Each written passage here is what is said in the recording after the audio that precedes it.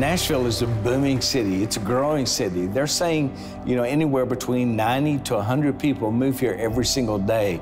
And that's a great thing for our city, and we're seeing that growth. But not everyone that comes to Nashville in that move are middle class and above. There are people that are poor, there are people that are homeless, that are coming to Nashville because it's the it city, and they're looking for hope.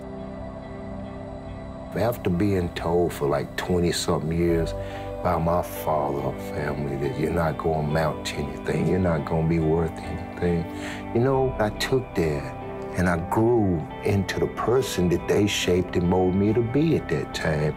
But then the change came about, and I wanted to do something different.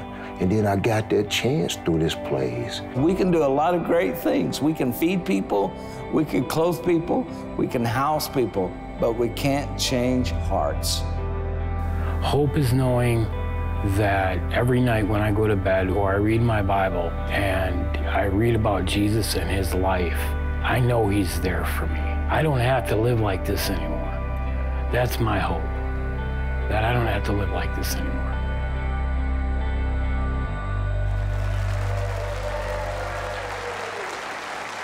The Nashville Rescue Mission serves thousands of men and women every year.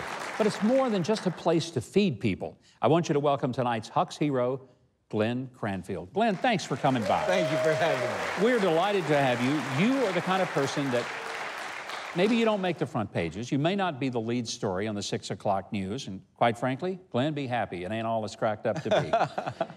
But what you do is incredibly important to the people who have nowhere else to go.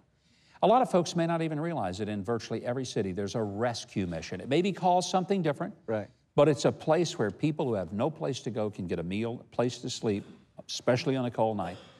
What led you into saying, that's what I want to do with my life? Well, I didn't know anything about homelessness, didn't know anything about the rescue mission. God put a hook in my heart and really didn't speak in an audible voice, but really let me know this is really what I want you to do with your life, is really spend your heart, your time expressing to them that there's hope, they're valued, they're loved, they're wonderful people that I love, God says, and you can show them that. I love what you said, a hook in your heart. Yeah. What a great phrase. I was actually exiting out of the building to my car the other day, and a gentleman was walking across the parking lot, and I told him my name. I said, hey, my name's Glenn, what's your name? He said, what? Well, I said, what's your name? He said, no one ever asks me my name. I feel invisible. And so at the rescue missions and ministries like that, we're to let them know that they have hope. There is hope. Hope for today, and we can get your emergency needs taken care of. Hope for tomorrow, recovery with the addictions you have, getting back your track and getting back on life.